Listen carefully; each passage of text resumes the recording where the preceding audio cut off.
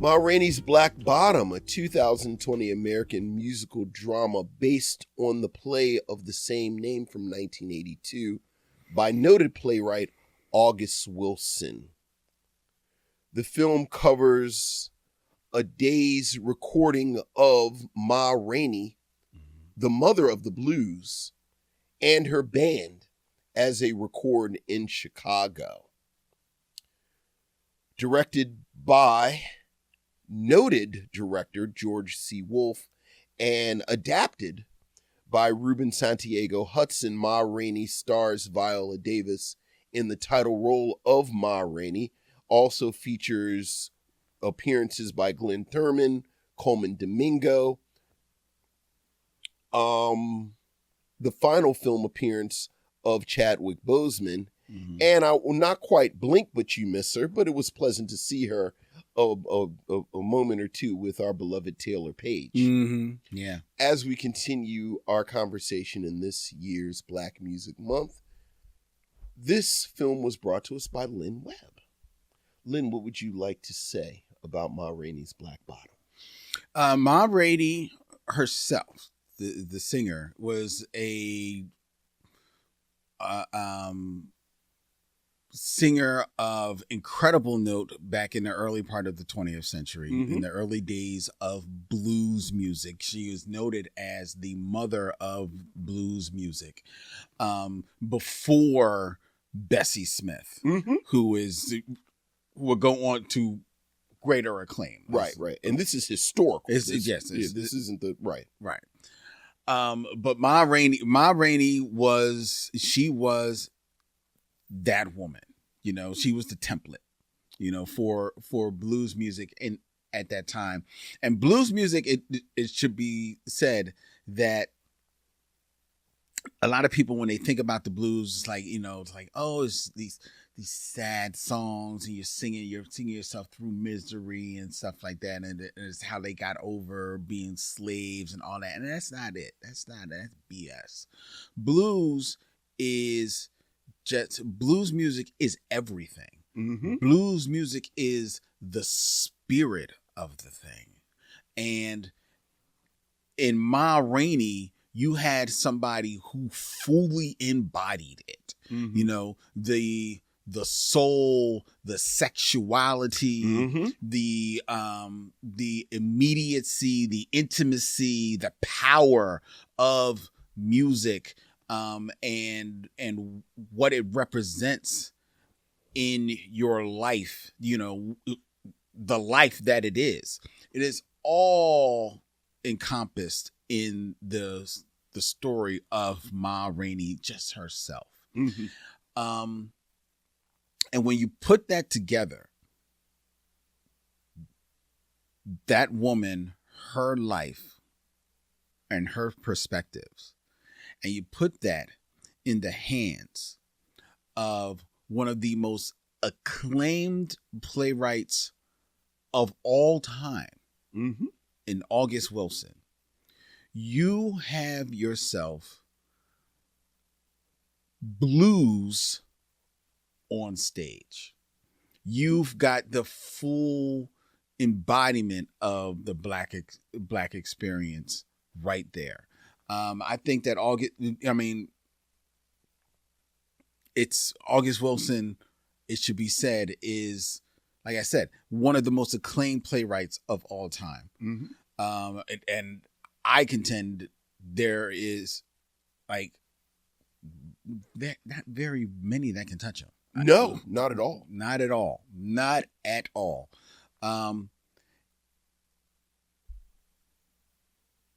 The rhythm that he writes, his dialogue, is music into itself. And then put that in the hands of the artists that you just mentioned, Colman Domingo, Viola Davis, Glenn Turman, Michael Potts, Taylour Paige, and my God, Chadwick Boseman, is something that is great to behold. And then couple that with George Wolfe directing them. Ruben Santiago Hudson, a playwright of, no slouch of a playwright himself. Yeah. Oh, yeah. Him adapting those words, adapting that story really for the screen, because really it's still very much August Wilson's words. He's just expanding and adding some touches, to just flesh it out for the screen. As you take the stage play and you open it up, as you will, and you've got yourself a hell of a time in front of your screen. And when this movie came out in 2020, I stayed away from it for two reasons. One, I saw that it was Chadwick Boseman's final film, because he passes away in August of this year, not long after it's released. Two,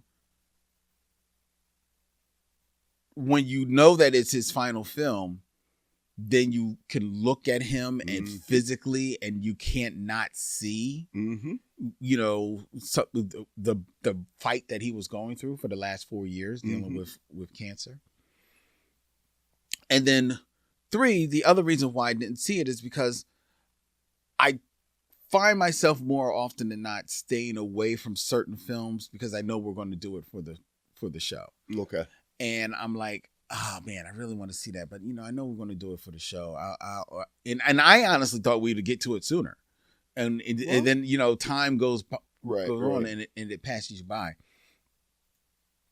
So this was my first time watching this film, and I'm blown away by the performances. Viola Davis is, rightfully a 4-time Academy Award nominated actress, and rightfully so. She was nominated for this performance. She's the lead, she's the title character, but she's only in the film for like about 20 something minutes. Well, yeah, but that just speaks to how powerful she is. And how in those 20, I think it's like 26 minutes that she's on screen, she's Ma Rainey. Oh yeah, she is 100% Ma Rainey. Gold fronts, bold, big, bodacious woman, like greasy makeup, sweating like I don't know what, but she owns it.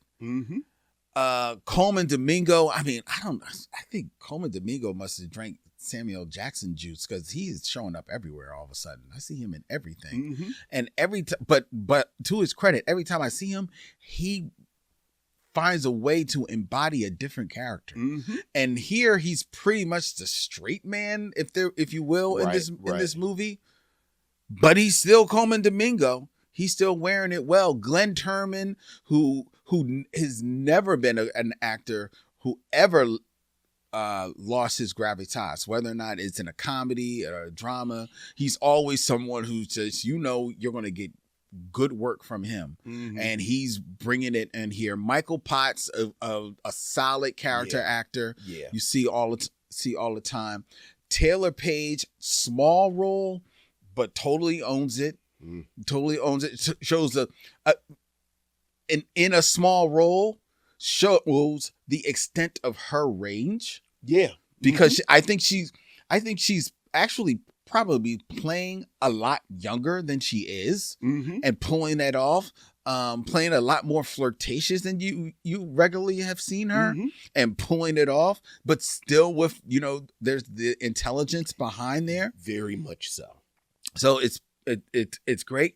And then Chadwick Boseman, for this to be his final performance, my God, this may be his best performance. Because he does a monologue in this movie about his father and his father's life, and how first of all, it starts with his mother being ravaged by this group of white men, and then the revenge that his father takes out slowly and methodically goes to enact on these men. It is a monologue that at once makes your heart break, makes you tear up and well up with sorrow, and then those tears turn to tears of anguish and anger, all within 5 minutes of him delivering this monologue. It is so powerful. It is so impactful that it's one of the few times that I watch a film and it's like, man, I can't watch this film again. Because this movie is one of those movies that's making me actively mad. Right. I've got too many, clear people in my life that I don't need to see y'all for a couple of days right now. Because this movie, and I'm not even touching on the what some might think is the main crux of this movie, which is the story of Rainey, which is the story of her, dealing with the end of her career, the story of the stealing of her soul and her music and her sound by white America, by the white music establishment that has happened from day one of since we've gotten here, since we've dared try to gain some type of agency over our lives, and is right here inherently on screen. I'm not even talking about that. I'm not even talking about, I'm not even talking about just the beautiful camaraderie of these black men in this band, which is a hallmark of a lot of August Wilson's plays. August Wilson. He'll put some men in a room and let you and lock the door and just let turn on the pressure cooker. That's right, man. And and it's really real. Shout out to George Wolfe, like I said, a person of superior talent and intelligence, who takes this play, which I've never seen the play adapted. Okay. But from what I understand and what I've learned, the play is set in the winter. But he smartly changes this to the summer and has these guys in this, in this basement of this studio, of this brick building, where it's obviously oppressive 90-degree heat outside. And you can tell by the sweat that is glistening off of Viola Davis. But these guys are put down in the bowels of this building, this brick building. And like you said, lock the door. And there is a prominent locked door in this film. And just turn on the pressure. They are in an oven. And as much as they are getting along with one another, you can feel everybody just, as the subtle digs at one another that comes from the camaraderie that you have as you are down in that oven longer and longer. Those digs start to just hurt, get a little deeper because your skin's getting a little softer. And now it's like, dude, you are cutting me a little bit too deep. And then all of a sudden a knife shows up. And dog, we are off and running. It is just, and I purposefully, if you haven't seen this movie, I had my reasons was because of the show. There's no reason anybody else should not have seen this movie. It is so powerful, so impactful, so urgent. The beautiful that August Wilson, I think, because his plays are first and foremost dipped in humanity, they are always going to be prescient. And regardless of what time period they're set in. So this one may be set in the early part of the 20th century, but it might as well be set in 2026. It might as well be last week. Right. And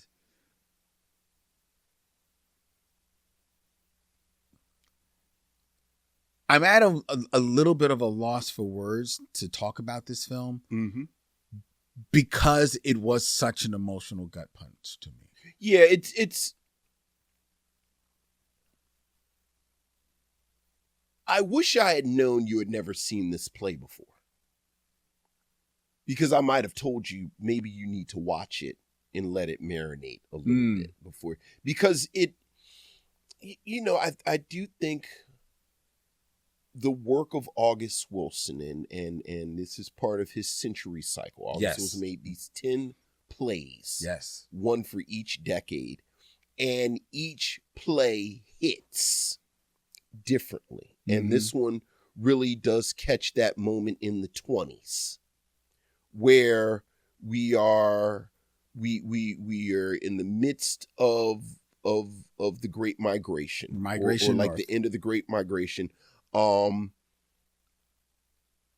Appropriately enough, because we're in Black Music Month, we are in that moment where Black music is beginning to be recorded, and the commercial aspect of Black music is starting to peak in. So that, to me, one of the great themes in this project, both the play and I think it's captured beautifully in this movie, is how Black artists who have this soul navigate the music industry represented by capitalism, whiteness, racism, however you want it, or however you want to talk about it. And you have these two characters, Ma Rainey and Levy, which is the trumpet player that Chadwick Boseman played, who is, you know, frankly, a jazz man. Yeah. He's a jazz man. And how both of them handle this. And Ma Rainey represents the past. Levy represents the future. Ma Rainey represents the country and the rural area. The roots. Levy represents this new urbanism. And this sort of, new Negro. He actually represents the new Negro. And I think the wonderful thing about August Wilson is that he complicates it in these really interesting ways, where Ma Rainey is the past. Ma Rainey really does sort of is holding on to these old ways. And again, Levy represents modernity. Levy represents the future. And for many of us, the default is, well, Levy is the way to go. Like, Levy is the one that is forward thinking, so on and so forth. You know, there's this whole detail where Levy knows how to write music. Right. Whereas Ma Rainey, you don't get the sense that she can read music. You don't get the sense that she has had, any real formal education. But Ma Rainey has way more savvy. Of course. About what you're saying, of course, but I don't think that's necessarily a given that the Ma Rainey character would have so much savvy. I think this character has savvy, but I think oftentimes when we talk about these two models, you get more of a howling wolf who gets taken advantage of. And then the newer, more forward-thinking musician would because I can read, I am more aware of contracts and the way this works. I don't get the sense that Ma Rainey necessarily knows contract law, but Ma Rainey knows the power dynamic. It's right, and that's what I'm talking. That's why I was saying, right, of course, where Ma Rainey knows, until I sign my name, until I do this, that, and the other. And running parallel with that is this whole story beat of, can the blues really be captured on a record and still be the blues? And what does that actually mean? As opposed to Levy's jazz, represented by what's written on the page and that's beautiful. But the thing about an artifact, the thing about written music is that anyone can play exactly the notes on a page. Mm-hmm. Will it be as good as you? Absolutely not. Will it be product? Absolutely. So just on that level, as something that you see during Black Music Month, I think this is invaluable. Mm-hmm. This is absolutely invaluable. I think, as you said, the direction George Wolf has a background in theater, and you and I are going to be talking about this for a couple of episodes now. The structural elements of staginess mm-hmm. in a film based on a play, right? And how you handle that. Mm-hmm. And George Wolf, wait, did he direct Fences? The movie? The movie. That's a good question. Look who directed Fences real quick, because they have similar strategies where when you look at the dialogue mm-hmm. from the play, all of that takes place in a very stagey element. And then when they open it up, a lot of it is wordless, mm-hmm. but it does so much work with the way it's shot, with what's going on with the characters. No, he didn't. Because I think Denzel directed Fences. If Denzel directs Fences, but I'm sure Denzel took a lot of cues. Oh, I'm sure. From this. So that, as you said, what you really have, like the meat of this thing, is this room mm-hmm. with these musicians yep. bouncing off of each other. And you get this amazing, almost metatextual element where the play itself is about musicians working in concert with each other. You play your notes, I play my notes, we bounce and vibe off of each other. But what you have are some actors doing the same thing. Mm-hmm. And these performances are amazing. These performances are very theater-like in the most complimentary way, because I think what I had in my notes, there is a muscular nature. That's a good word. There's a real physicality mm-hmm. to these performances. Mm-hmm. And all of them, so much so, to your point, I'll just tell you, part of the reason that we've not done this movie yet is because I was not going to pick this movie. Like, I've resisted this movie since I saw it in 2020. Like, I thank you for forcing me to watch it again, because I did watch it when it came out. And because of what was going on with Chadwick Boseman, and physically he looks frail. Yeah. But that was so much in my mind the first time that I saw it, it distracted me. Mm-hmm. I think enough time has passed where I forgot about that, how frail he was physically. Yeah. Because his performance, once again, is so muscular, so present, mm-hmm. so visceral. Mm-hmm. And these men bouncing off of each other, it's like seeing a band. Obviously, Chadwick Boseman is the performance that stands out. Yeah. Both textually and on the screen. I mean, that's the character Levy. And Levy is very much one of these August Wilson characters that you see that have this larger than life presence. Yes. It makes me think of Boy Willie in Piano Lesson, yep. or Troy in Fences, mm-hmm. where there is this bigness to them. How did I just forget? Colman? No, not Colman. Glenn Turman. Glenn Turman and Michael Potts are just this wonderful texture of these older actors Mm-hmm. who haven't lost their step, but it's just filled in because of their age. I have to say, the real standout to me today was Colman Domingo. Oh, really? Who, once again, with the text and the subtext working in concert, he plays the band director. He plays the one that holds it all together. But Colman Domingo's performance is so naturalistic. Yeah. Like, I think his role is the one that seems less theater-like. Yeah, it's definitely more film. Like, it's film acting. It's this level of subtlety. Yes. It's this level of restraint. Stillness.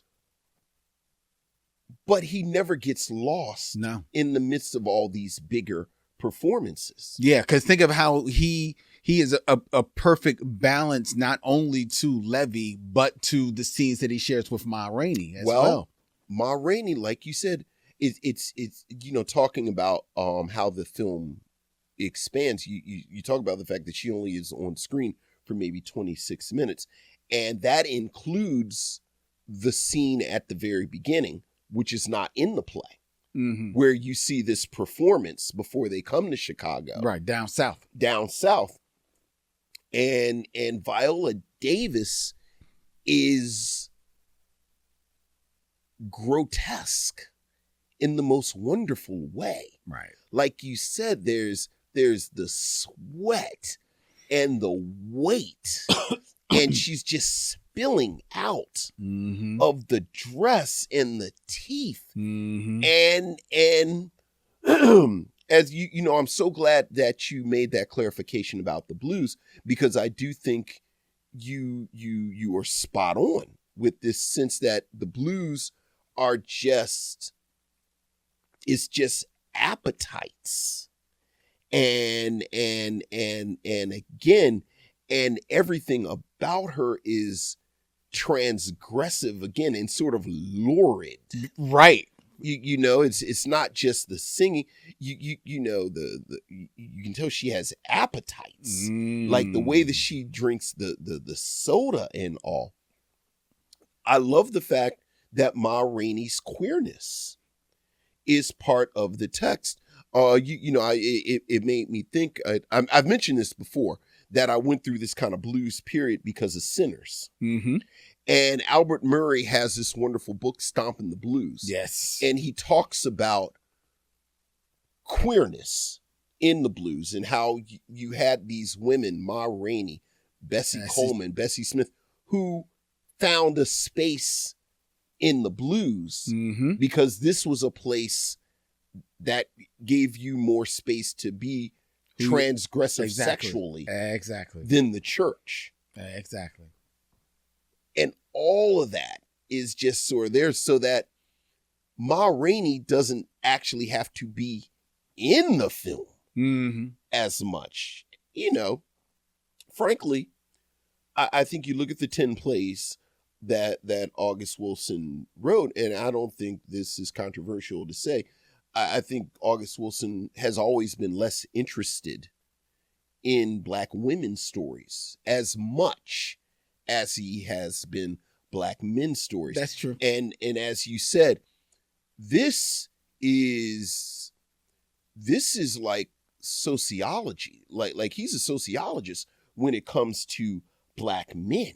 And you are absolutely, like, from the moment this group of men are in this room, you see where this is going. Like, August Wilson is clearly someone who knows Black men. Yes. And if you know Black men, you know there are tells, there is foreshadowing, there is this, so that when the knife does appear, it is shocking, but it is not surprising. Nope. Because you already know where this is headed. Right. And you already know that the inciting incident is going to have to do with new and old shoes. Yes. Right. Exactly. And it is I liked it when I saw it the first time, but in full disclosure, I think I really was colored by Chadwick Boseman. Yeah. And I was hesitant to watch it again. I am so happy that you recommend this again. I was shocked by how much I enjoyed Chadwick Boseman's performance in this film. But yeah, this was a triumph. Yeah, you talk about the slenderness. It's only because we primarily know him as Black Panther that we're even really aware of the difference physicality. Because that's otherwise, a very good point. Because otherwise, you would just say, "Oh, maybe he just lost weight for the role." He's right, because there is this lean hungriness exactly to him. Exactly, that it makes perfect sense. It makes sense for him to be smaller than the other musicians. Exactly. So it actually does fit, and much credit to the man himself. I can only imagine what it took for him to get through the performance that he did, because he is it is a physical, you talking about muscular, it is a physical performance. It really is. And he throws himself into it, he does not hold back at all. Look, you talked about the monologues. My God. These actors in these I know. I don't you've got to get in shape. Yes. To do an August Wilson monologue. Right. And now you're doing this on screen. Yeah. With cameras all around. Yeah, it's incredible. I also wanted to shout out. We touched on it a little bit. You talked about how August Wilson, he loves men. Mm-hmm. But I think it's fair to say that as much as he loves men, and we've talked about other creatives who they're good with the men, but they seemingly don't care about the women. Right. That's not August Wilson. No. It's not that he doesn't. Right. He doesn't, and he makes fully formed women. Yeah. He creates them. Ma Rainey is a character in and to herself, but in Taylour Paige's character, who Desi is a fully formed woman for the little bit that she is in this film, and she is very much the quote unquote love interest in this film of a couple of people. Yeah. And wears it pretty well. She's like, hey, y'all want me? I know why I'm here. Right. I know what I'm here for, but I'm going to make it work. I'm going to make it work as best as I can. Look, she's acting opposite Chadwick Boseman, who is burning so bright. He's about to burn out. Yes. And Viola Davis at the height of her powers. I know. And she holds her own with both of them. Right. In a role that will be very easy for her to just be small in. Yeah. Against them, and some might argue that wouldn't be a bad call. Look. But she doesn't do it. We are well on record. Love ourselves on Taylour Paige. At talking about Taylour Paige. And I have to say, I had forgotten she was in this. Mm-hmm. So it was such a delight to see her. Me too. And me like too. You said, when I saw her, I was like, because knowing what I knew of the film and then seeing that was Taylour Paige in this role, I was like, oh, well, what's she going to do? Like, they just had some spare money to just get Taylour Paige? Right. What's going on? I was like, oh, she's going to be doing something. And sure enough, she does. Yeah. She does work in this. This is just a phenomenal film. I love the, because the play ends with the death. I love the little coda. The coda where they make explicit what is implied, that these record company execs are stealing Levy's music. Yes. And then they actually show it, which I thought was a wonderful way. I loved it. And what I loved about it, it's a subtle note that, yes, they're not only are they stealing his music, not only is it going to be performed by white performers, but these are the whitest, plainest, white men, doing this, performing this music. All of them look like they are the same guy. Yeah, it is all just this. It's basically the same white guy. Which you know, I think that is an intentional choice. Exactly, I do too. Wolf and Ruben. And who did the costumes? Ann Roth.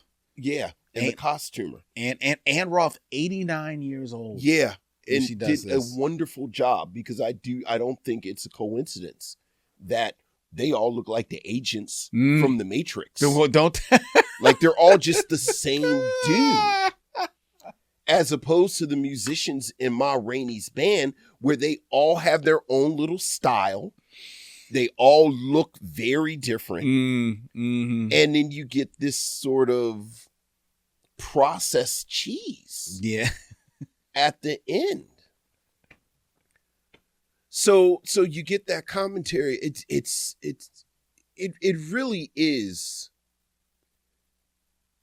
It really is a wonderful companion piece to a couple of different films. You know, I mentioned it before, but I think they have this wonderful line in the film where one of the characters says, I think Cutler says, you know, these people like the blues, they just don't like where they come from, which is almost the exact same line that Delroy Lindo's character says in Sinners.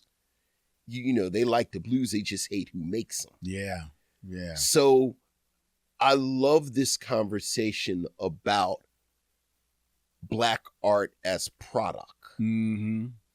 And I love the fact that Ma Rainey has figured it out. Like Ma Rainey from the beginning to the end. I know I will make some money doing this, but I want to go back home. I want to go back to my people. Mm-hmm. I actually want to go back to Ma Rainey's Black Bottom. That's right. Because you people are just, she says, you know, once they put my voice on that record, that's it. On that thing, they don't have any more need for me. That's right. And they're just, and she's 100% right. Yes, she is. And to maybe contradict myself, I do think that is a testament to August Wilson's construction of this female character. Mm-hmm. That she is not only transgressive, but she's kind of transcendent. Yes. Like, I love that she leaves, and this is in the play. She leaves the play triumphant. And then the tragedy happens. Right. But Ma Rainey is gone. Yeah, she's good. Like, nothing happened to Ma Rainey. I did what I had to do. I'm out. I got my girl. I got my nephew. I accomplished what I had to accomplish. They fixed my car.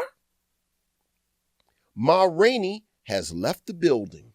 Well, the name of the movie and the play is Ma Rainey's Black Bottom. Black Bottom is the band. It's the boys. It starts with them, so it's going to end with them. Right. And it goes to the end. Now, I will say, though, the last thought here is that the ending, I got it, but it hit me a little wrong. I don't know if I 100% jibe with the ending. You mean the Toledo's death? Or? Yeah. Because I'd certainly see Levy being angry, because I think he's sensing what's going on. And two, he's embarrassed because pretty much everybody kind of like told him this is what was going to happen, but he didn't want to listen. And now he's taking that out on Toledo. Yes. And after the monologue that he gave you, where you know where what is the reason for the fury that is inside him, Mm-hmm. I would think that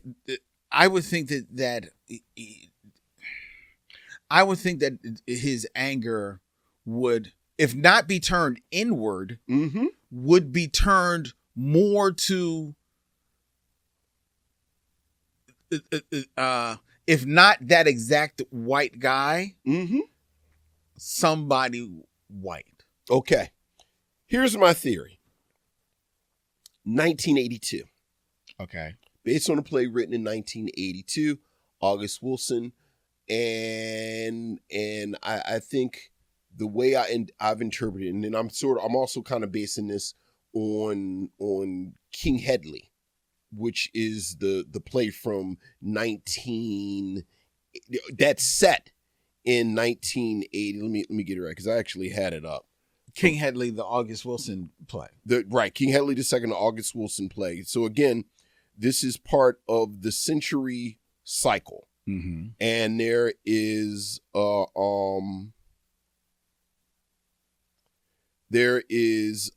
August Wilson play set in each of the decades. Right. So there are 10 of them. This it's the Pittsburgh cycle, the century cycle. This is the only one that is set in Chicago, though. Right. And King Hedley II is based in the 80s. There it is. King Hedley II is based in the 80s when this one was written. I think that this whole bit with Levy in his shoes, mm-hmm. and Toledo stepped on his shoes this is the second time someone in the play stepping on shoes, and he had to spend all this money on these shoes. $11 on these shoes, and now nice shoes. People stepping on the shoes, and then Toledo steps on his shoes, which then incites the incident. But obviously, right, he's feeling embarrassed and angry about this other thing.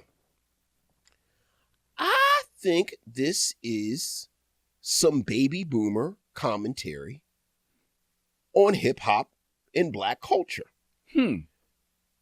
I think during the 80s, we had this whole thing about sneakers, and you done stepped on my sneakers, then violence breaks out because of the sneakers. Do the right thing.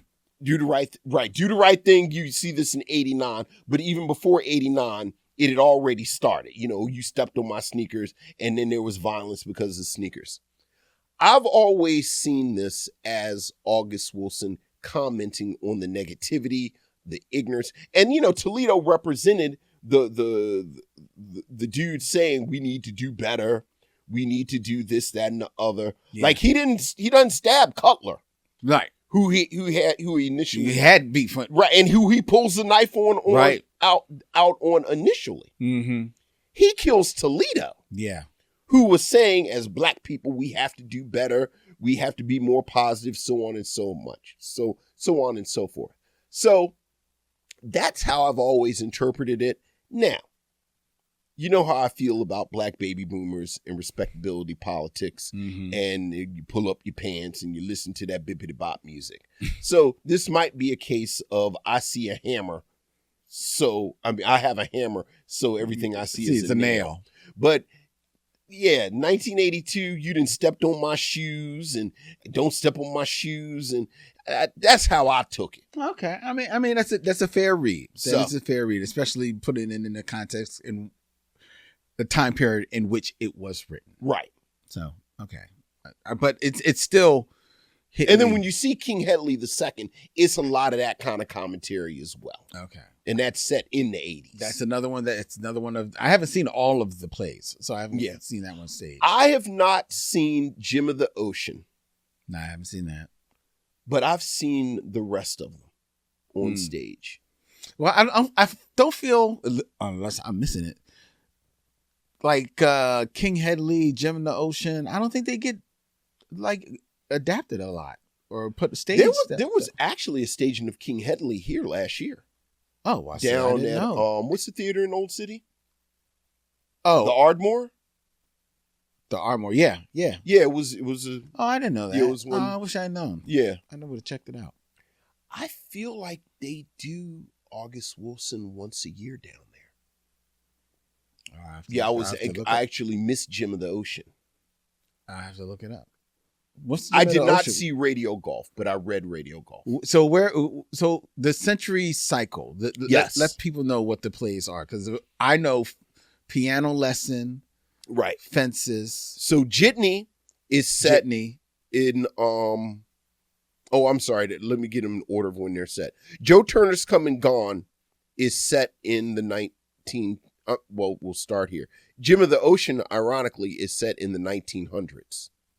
Oh, okay. Joe Turner's Come and Gone is the 1910s. Yes. This is, of course, 20s. 1920s. Ma Rainey's Black Bottom. Right. Piano Lesson is next. That's the 30s. That's the 30s. Seven Guitars is the 1940s. And it's funny because Seven Guitars is almost like this, where it's a bunch of musicians sitting around. The 50s is Fences, of course, like right dead in the middle, yes. Which of course is the jewel of the cycle. Two Trains Running is the 60s. Oh, I didn't see that. Yeah, that's good. They're all good. Jitney is in the 1970s. The funny thing, you saw Jitney? Yes. Right. It's like Black Taxi. Yes. It's funny. King Hedley II is the 80s. And Radio Golf is the 90s. Okay. Yeah, so Radio Golf is the 90s. It was it opened in 2005, but that's the one that's sort of almost imagines Obama. I said I didn't see that either. It's before Obama, but yeah. I didn't see that either. I want to check them out. Well, I know that Denzel Washington has prominently said that he wants to produce adaptations of all of them. Well, I'm excited because he's done all the big ones now. Like now, he really is going to have to dig in the crates a little bit. Well, like if you know any August Wilson, you know Piano Lesson, Fences, and then if it's a third one, you put a gun to somebody's head. They say Ma Rainey's Black Bottom. Yeah. So now it really is like he's going to dig in the crates. That'll be interesting. It'll really be interesting considering like so many of them are period pieces. Mm-hmm. So, and I'm a sucker for a good period piece. Oh, man. yeah. So did you watch Piano Lesson? I did. Okay. Did. Piano Lesson is good. Yeah. I'm picking that for October, actually. Okay. I'm calling dibs. So I'll just say, so my October movies I'm going to do Is God Is and Piano Lesson. For October? They're both horror. Well, yeah. And they're both supernatural. Yes. So. Okay. All right. Well, I guess I maybe had to rethink the ones that I was going to choose. I was going to maybe give us another batch of Leonard Part 6, but maybe I won't. I mean, that'd be nice counter programming because mines are going to be heavy. Yeah. Mines are going to be real heavy. Yeah. Well, Leonard Part 6 is not the job to lift us out of that. But there you go. But just to finish the song, would you recommend Ma Rainey's Black Bottom? Absolutely.